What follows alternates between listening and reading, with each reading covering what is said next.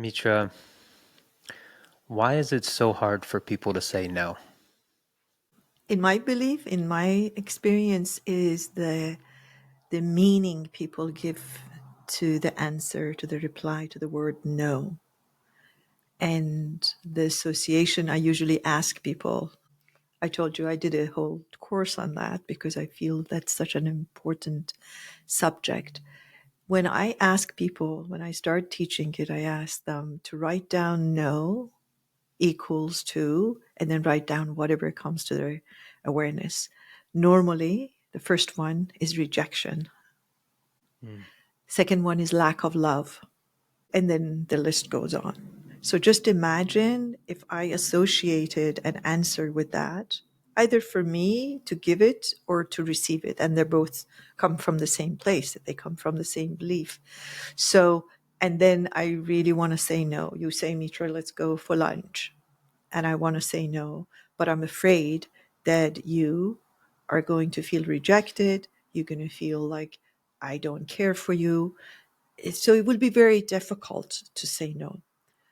So that's the short answer, but I have so much to say about this because I think this is one of the obstacles most human beings face. And when they don't do it in a healthy way, that brings resentment and explosion and a lot of other things that are far worse than saying or receiving no.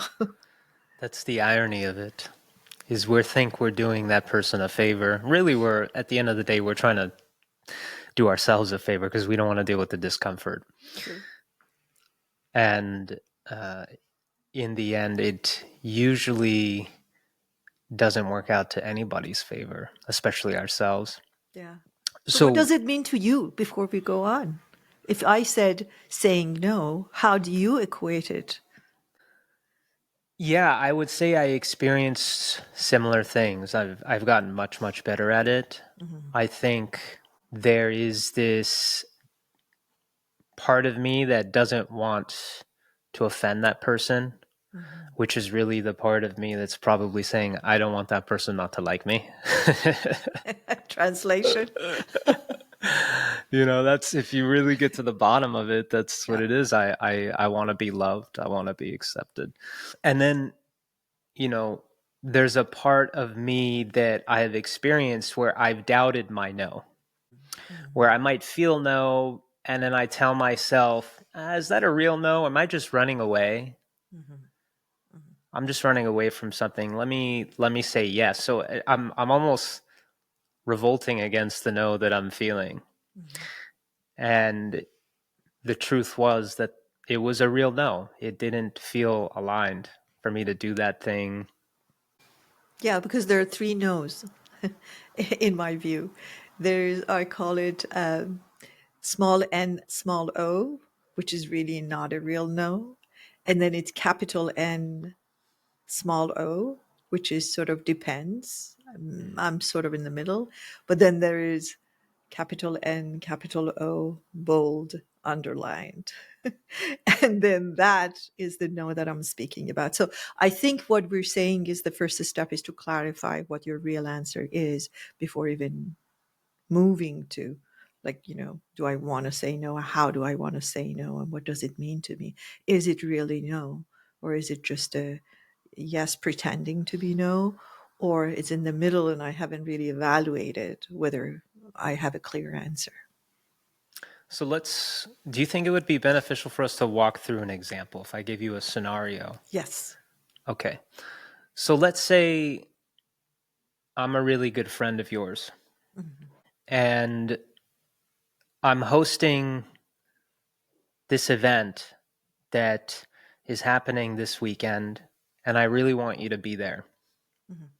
And I ask you if you'd be coming, and I would really love your support. Mhm. And you, for whatever reasons you might have, maybe you're dealing with something significant in your life, or you have another conflict, or you just don't feel like going.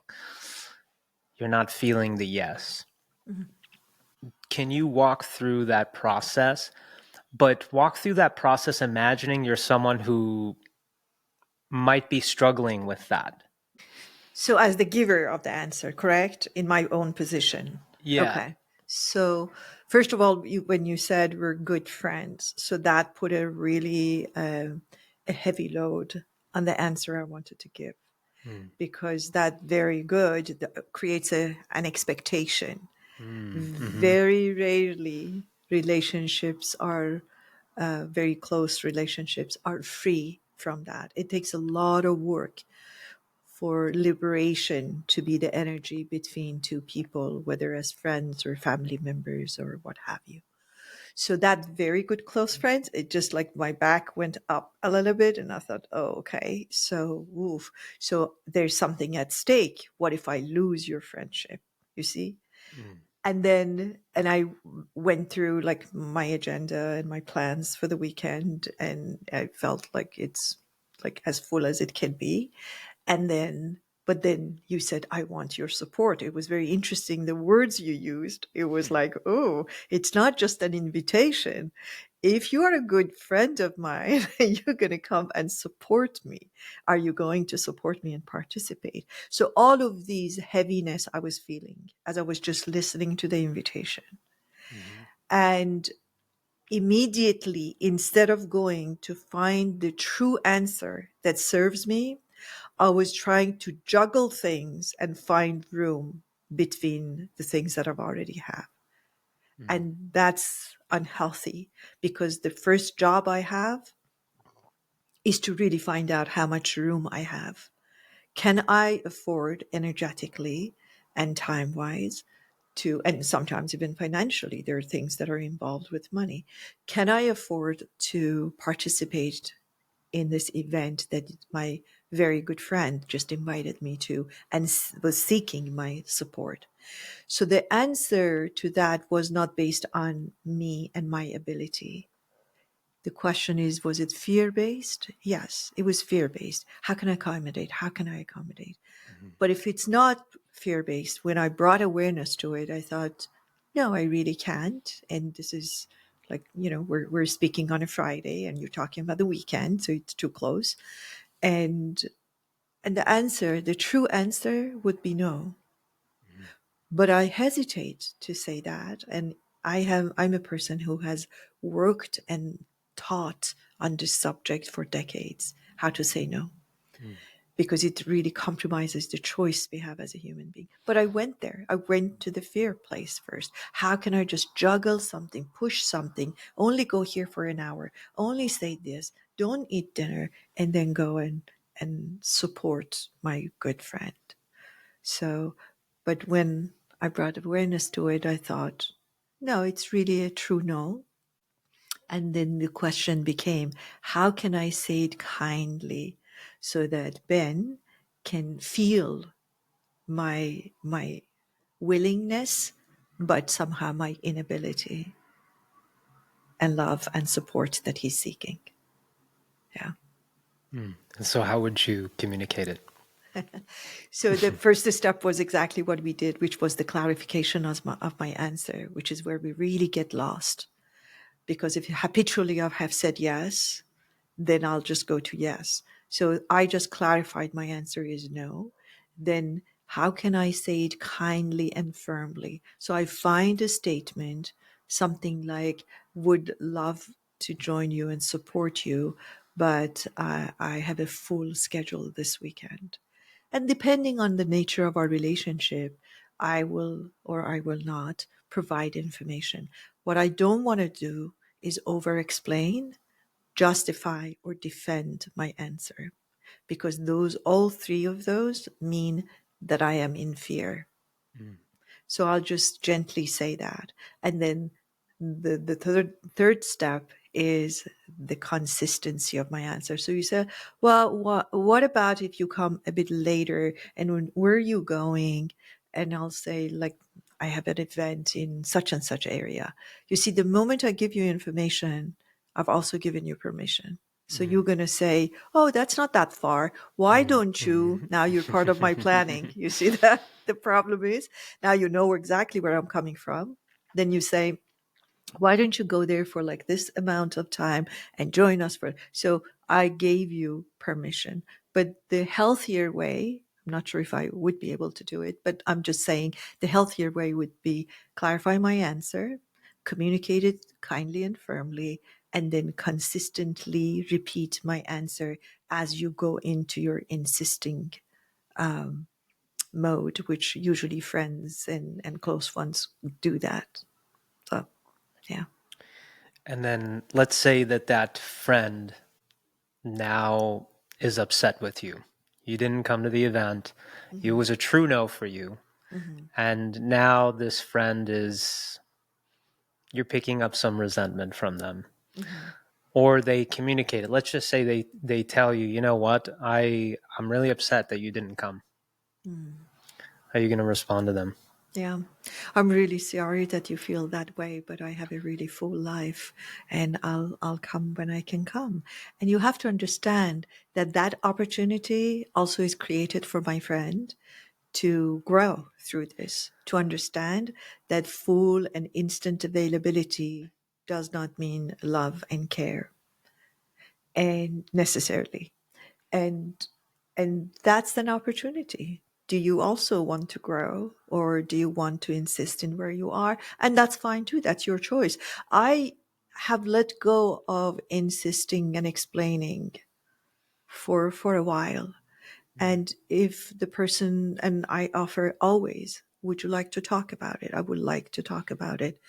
Usually give it time and then go and talk. And if they're not interested, then I cannot insist. A friendship that cannot take no, let me make it even bigger. A relationship that cannot take no is an unhealthy relationship. Mm. It's a So, codependent relationship. absolutely. I It's a can't do relationship without that's, you.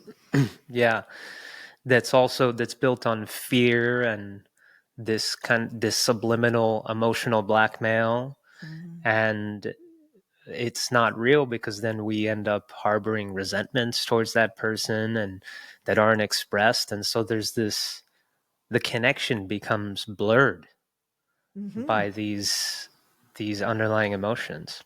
It becomes like an unhealthy job. I did Yeah. not perform based on the job description that my friend created, and I wasn't part of that. Like, I didn't even agree to that job description, that thou shall behave this way or they will not be called a friend. So it's a very unhealthy, and I always look at it from opportunity point of view. Not that, like, oh, the hell with this friend, I don't care. It's not that. It's like, I'm really sorry that my good friend or very important friend did not take that opportunity as a way of growing together and understanding that you know this is not healthy. Yeah. And I think that's a wonderful paradigm to hold, is that saying no opens up an opportunity Hmm.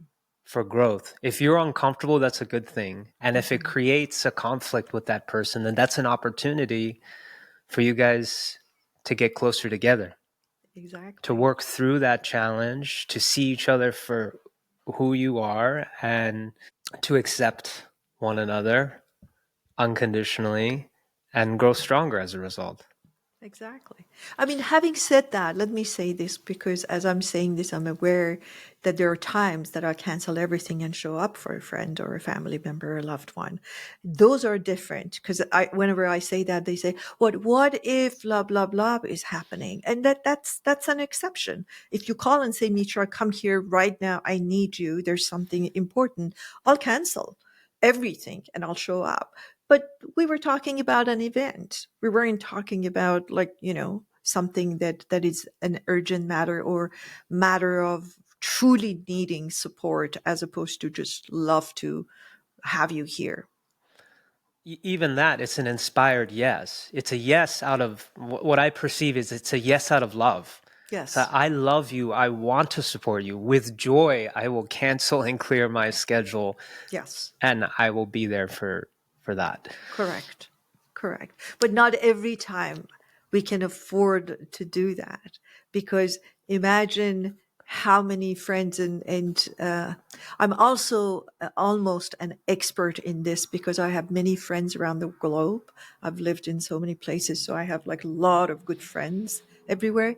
And that I want to say heavy weight has been put on me. It's like, you haven't called, you haven't come, you haven't visited, you haven't, and and and I really have taken that risk to say it gently and see who is open to receiving it.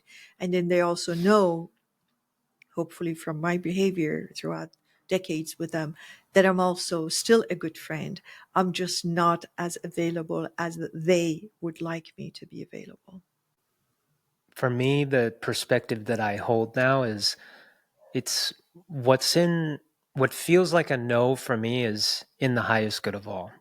It's not about me. It's not about you. It's just what feels aligned, and what feels aligned. If it's a no, then that's in your highest good, my highest good, the highest good of everyone who's going to be there.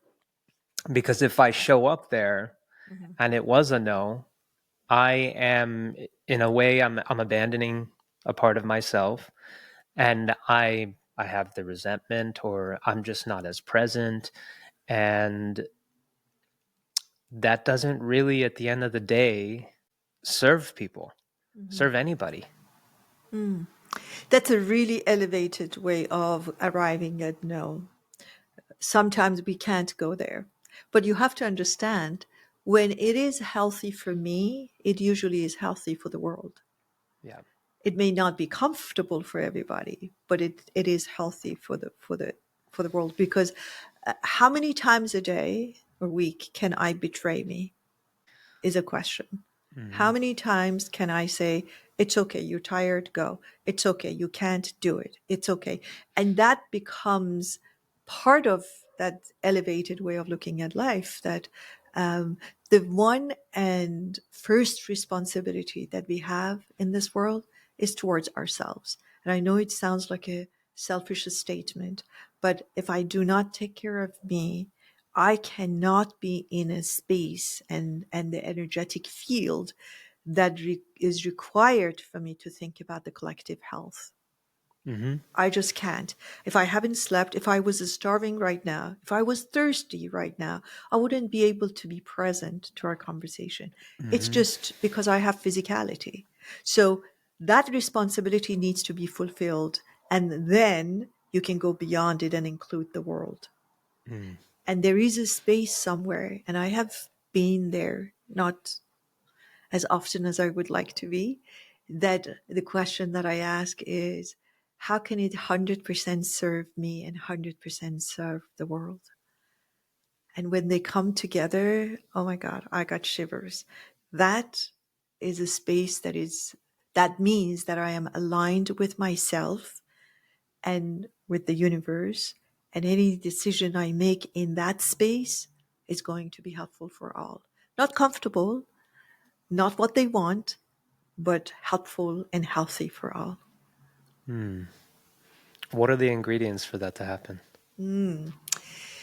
For me to be in the same energetic space as the universe, remembering my unity, understanding that I am one piece of the body of existence. I don't need to be exactly like anything else. Just like your eyes are not same as your fingers, but they are working in complete harmony, like a perfect music that it's playing.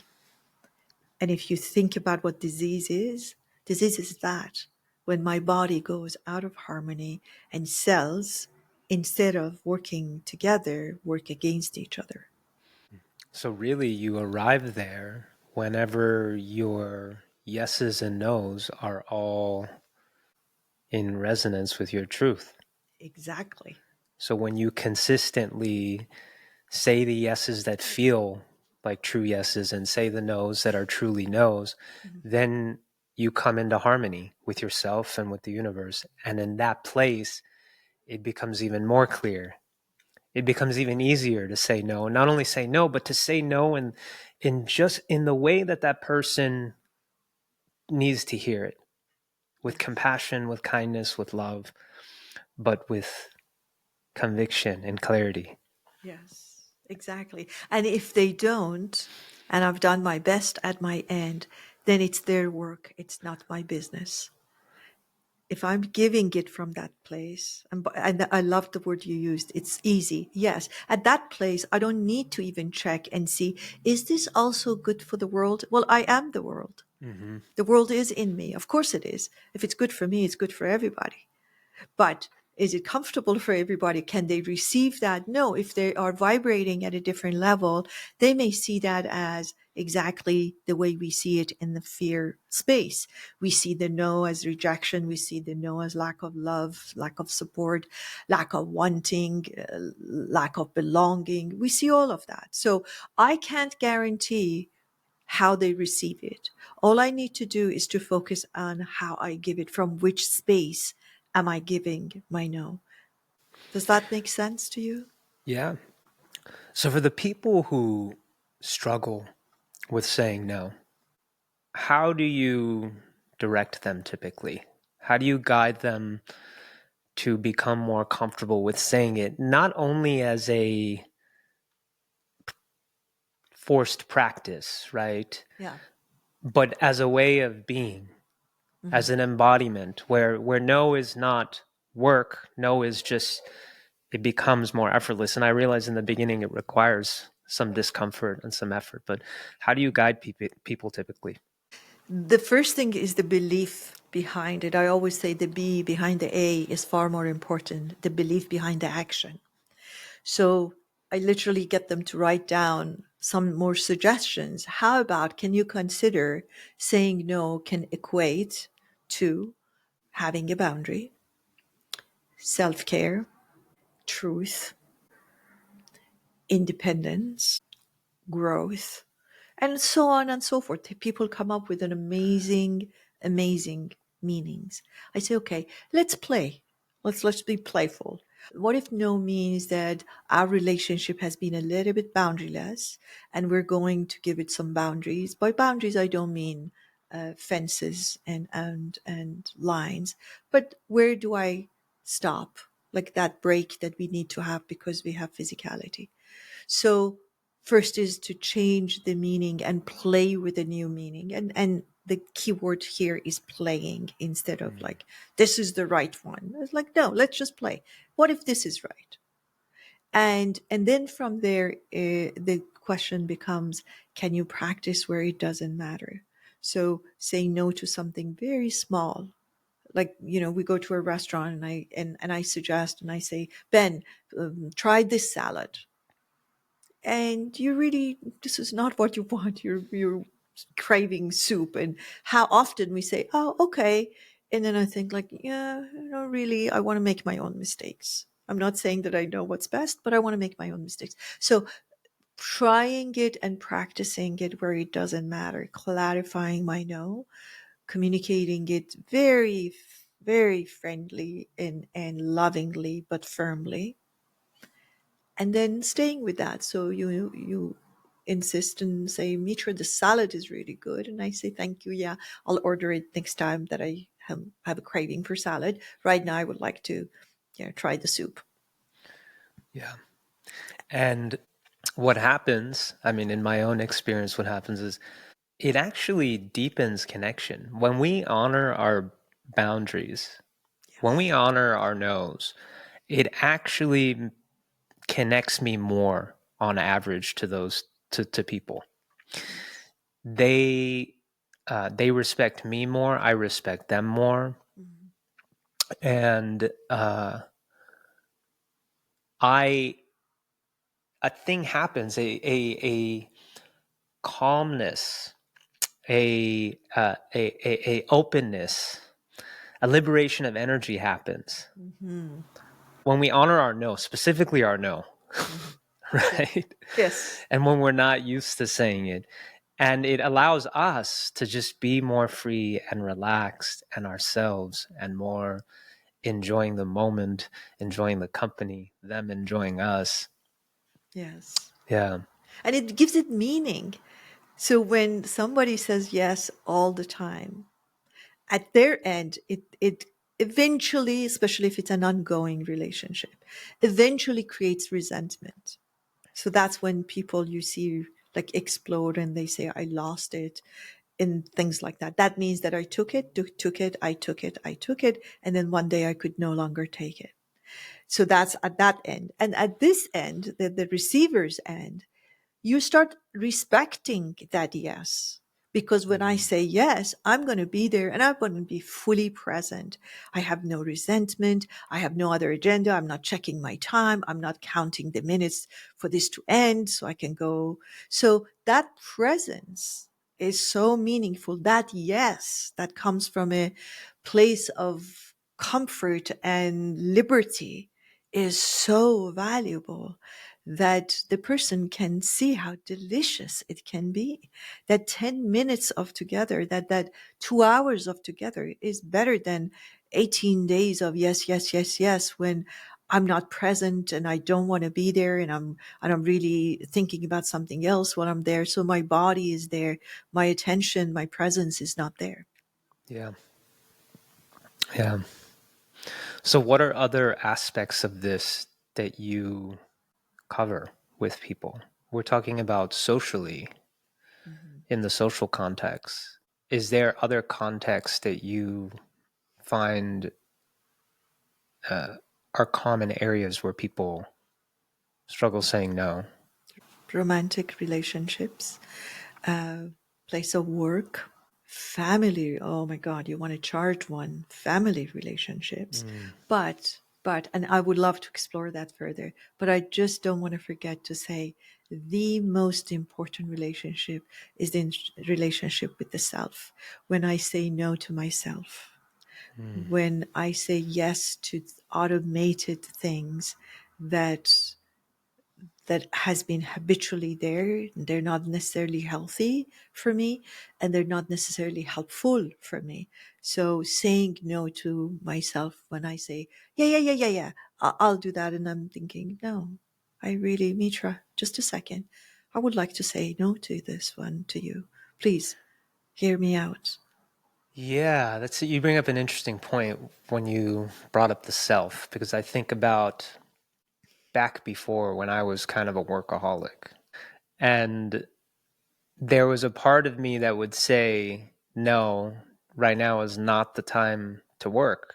Right now is the time to do something that you enjoy. Mhm. And I wouldn't say no to work. There I you would go. go, I would do work. I'd go back to work. And I was just, this is just me against myself. I was just subtly and incrementally betraying myself. And then it gets to a point where we get burned out or just overly stressed, Mhm. angry for reasons we don't even know why. Yes. So saying no to our habitual, automated, robotic yeses. Yeah. Yeah. That's huge. In fact, I think that's the best place to start. What am I automatically saying yes to? And it could be really, it's about the habits that we haven't examined recently. And if you ask me, funny organizations say that all the time. When I go in, and I usually go into organization just looking at their practices, their culture. And I say, why do you do this? And they say, oh, we've been doing it for like eons. I say, yeah, I didn't ask how long you've been doing it. Can you tell me why do you do it? And they still tell me, oh, it's been done all along. I said, yes, this is just the same answer coming in an autopilot way so many times. And I say, can you hear my question? Why, not how long? And they say, to turn to the person who's a report to them usually, and they say, why do we do that? It's just the funniest scene that I've seen so many times. And then usually the person just explains something like, which is not an explanation. Oh, because like, and I think, okay, I'm not hearing an answer that is satisfactory. I would love to examine this with you and Mm. see if this is helpful for you, your staff, or the culture of your organization. Mm. So, what are things that people you find typically say automatically yes to that are redundant, automatic yeses that they've just been numb, they've become numb to the no? Yeah. At different places, at different times, they say no socially to invitations. I think we, I know there's a lot of emphasis on socializing, but I think sometimes people over socialize and lost themselves, Mm. lose themselves, sorry, not lost Yeah. themselves, lose themselves in over socializing. We say automatically yes to workload, as you said, in the workplace.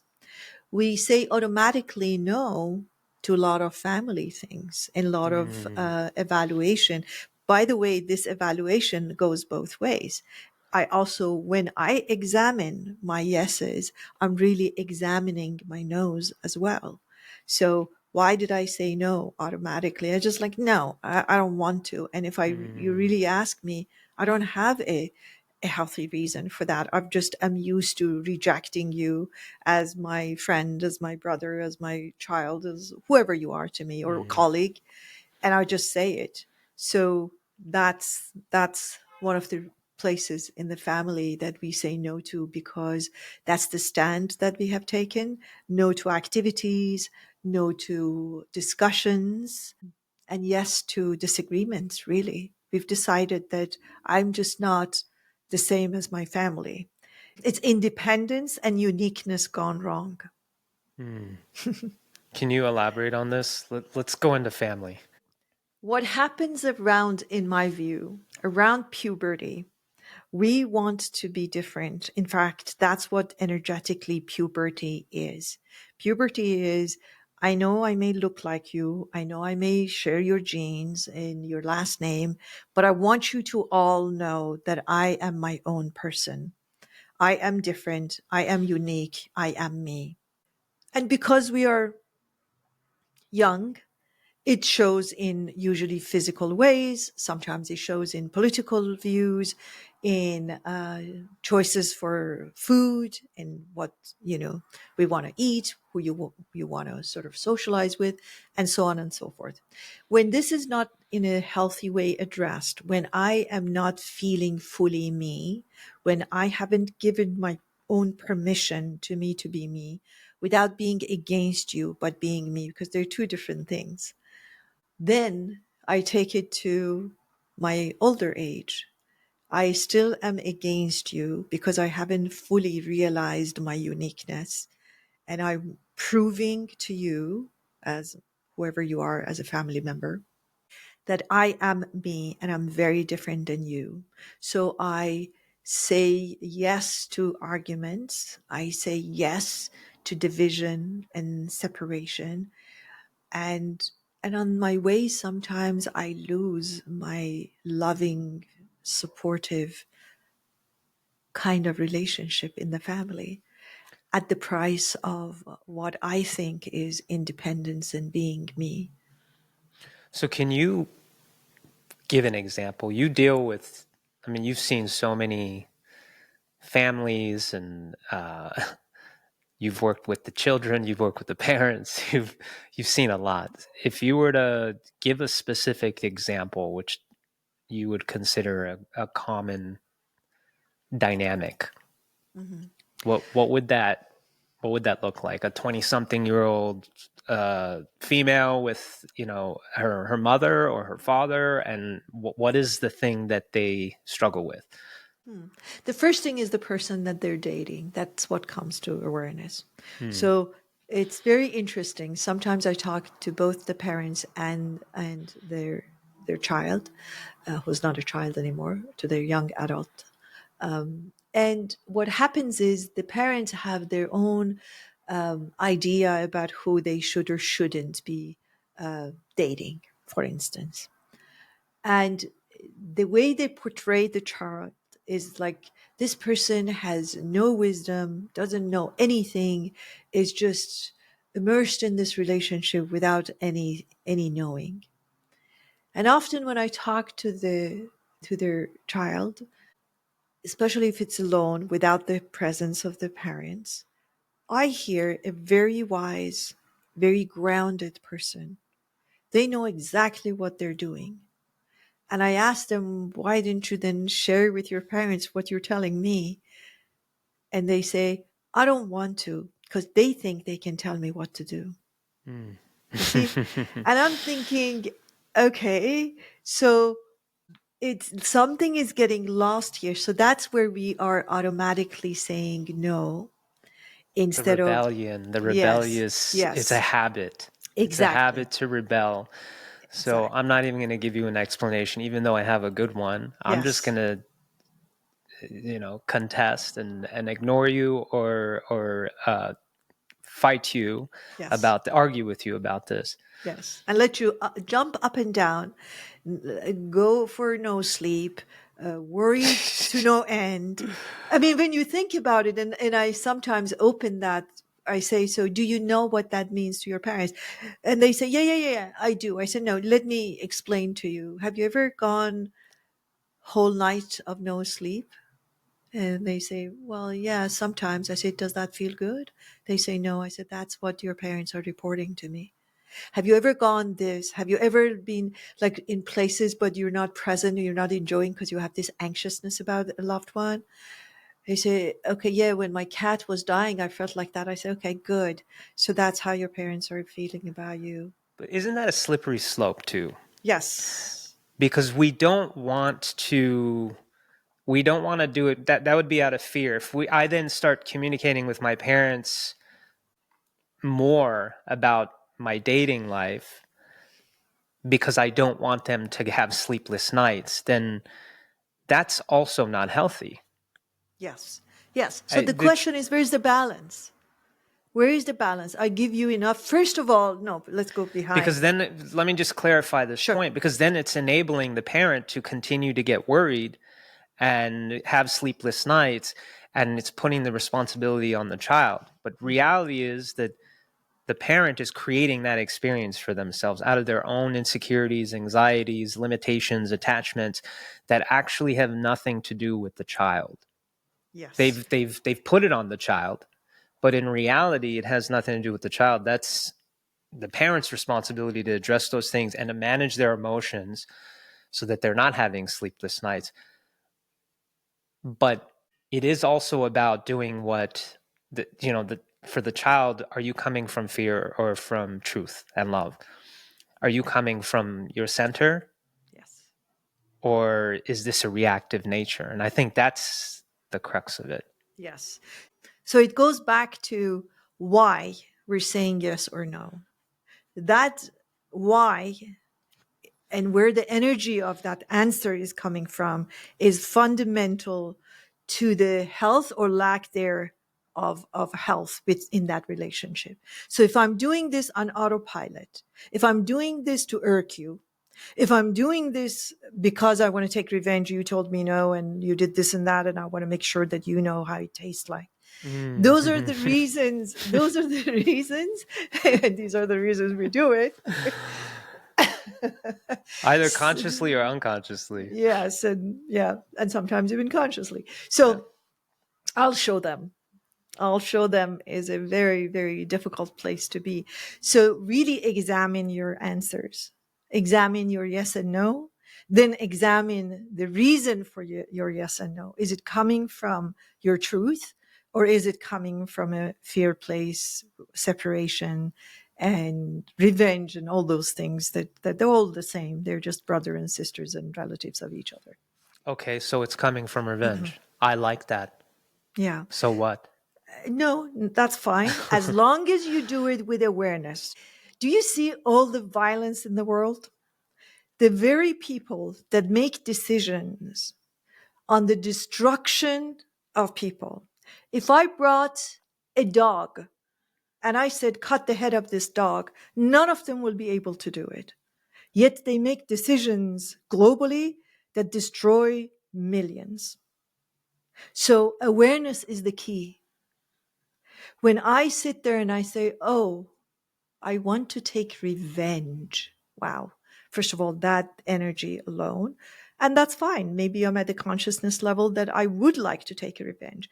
But the clarification of my purpose really is the balancing element that we need to constantly do. I pick up the phone, just think about that. Something simple. I went too extreme, destruction and all of that. I pick up the phone and I say, I want to call Ben and I want to destroy his day. Hmm. Okay. It will be so hard for me to do that, and for most human beings. However, I probably destroy many days without knowing, by just the text I sent, the text I didn't send, the message I left them, the email I sent them. But if I do it intentionally, it is very hard, because there is something where Buddhists call the inner goodness. All of us at all times want to be good. And I know when I was saying that to a bunch of police psychologists and police officers, they told me, "Really, Mitra?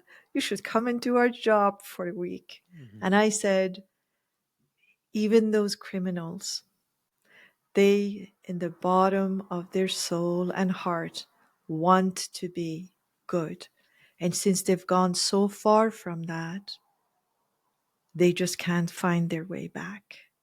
And you know what they told me? A police psychologist told me, that actually is true, which I was very surprised. I said, really? He said, yes, because we know from the pattern of behavior, studying many, many criminals, they, knowingly or unknowingly, always leave a sign, almost as if they Mm-hmm. want to be caught, so that they can stop this cycle of harming. So what you're saying is, what I hear you saying is, oftentimes we have these automatic behaviors. It's rooted in, maybe we're taking revenge in them. We don't know it. We're not consciously doing it. We're not consciously saying, I want to take revenge on my parents, or I want to do something that I know is going to bother them.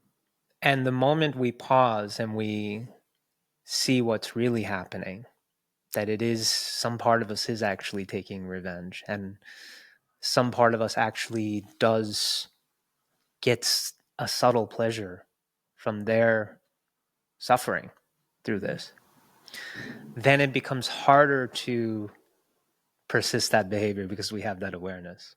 Exactly. So it's really about understanding, going back to the why. You said, you gave the example earlier, why are you doing this? Mhm. So understanding the why behind, I don't want to talk to my parents about, specific topics, or I'm doing something that I know is hurting them. Mhm. And when it reveals itself, Mhm. that's a step forward. Absolutely. And part of my job is just that, to clarify that why. And I say, you're doing this. You say, yeah, I want to do it. And I say, why? They say this. I say, well, I'll repeat my question. There's a practice in mindfulness that you use repeating questions. And I say, why do you want to do that? And they think I didn't hear. They say, I just told you. I said, no, I'm going to keep on asking until you go to the very, very deep reason. So first, like, because I wanted to. Two, because I'm upset with them. Three, and I ask until they go crazy and they say, because I hate them. I think, oh, wow. Do you? Do you really hate Mm. them? Okay, no, I hate their behavior. I said, okay, so because you hate their behavior. But that's such a clarifying point, because the Yes. subconscious is probably operating. Some part of them did subconsciously hate them, but that part of the mind is not sophisticated enough, mature enough, whatever. It's part of our animalistic mind, or when we were a child. So the moment we realize that and recognize that, I imagine it just shifts our Yes. paradigm. Our Yes. paradigm shifts. Absolutely. I have seen people truly, in a beautiful way, open up. We call it breakdown. I call it opening up, cracking open. And they usually, that follows with tears. It's like, what did I just say? I say, that's okay. Say, no, I'm a hard one. I say, no, you're not. Most people carry that, feel that. They never just discover it, and they act on it. So this thing is inside of me, and my decisions are coming from it, but I haven't even seen it. I don't even know it exists. It's better to bring it up and air it a little bit and clean it up a little bit and see what it really is.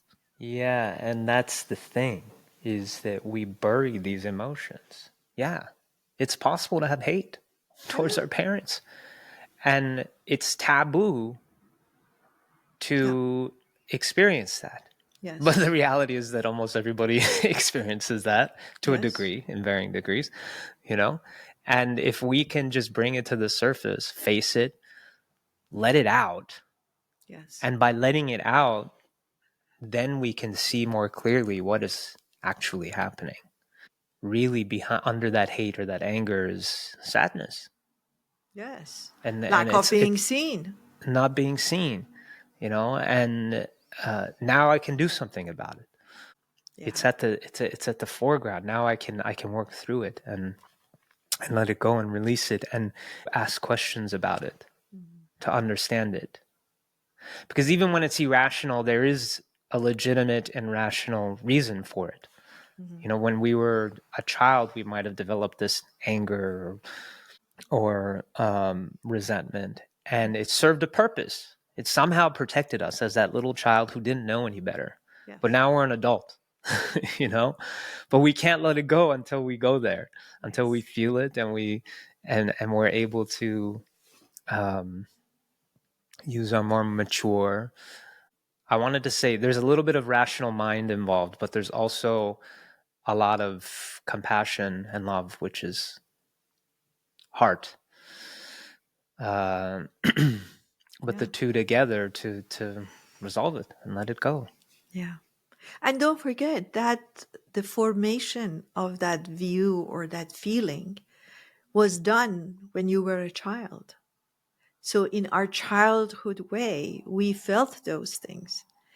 But, children are sometimes most dangerous.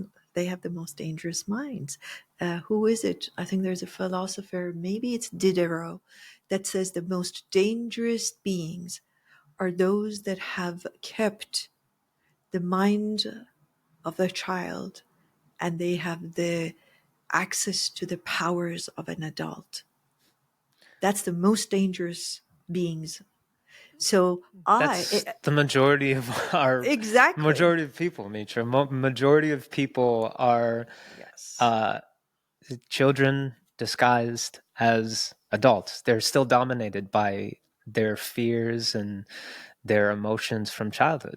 Yes, and that's why we need to examine it. If you tell a child, when children have a fight, if you tell a child, what should I do to your opponent?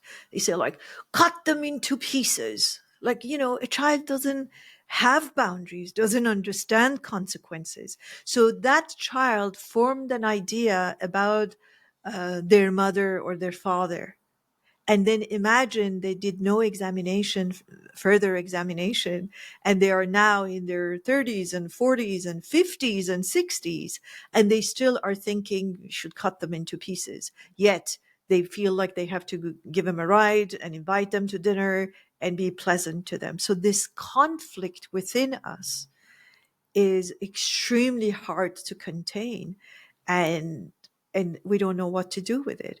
Either we need to bring the mind to the mature place, or take the behavior to the childish place, which was like, I don't care.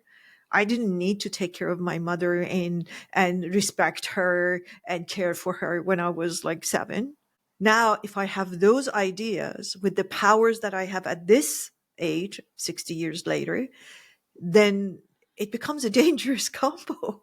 Mm-hmm. Yeah. Well, this was good. Very I good. enjoyed this. I enjoyed this. Thank you for sharing all your wisdom with us, Mitra. And thank you for sharing yours, Ben, and your beautiful, curious questions. Until next time. Thank you so much for tuning in today. For a list of the links and other resources referenced in this episode, check out the podcast description. If you're benefiting from our podcast, we'd love if you could help us reach more people by subscribing. Your support means the world to us. From our hearts to yours, we thank you.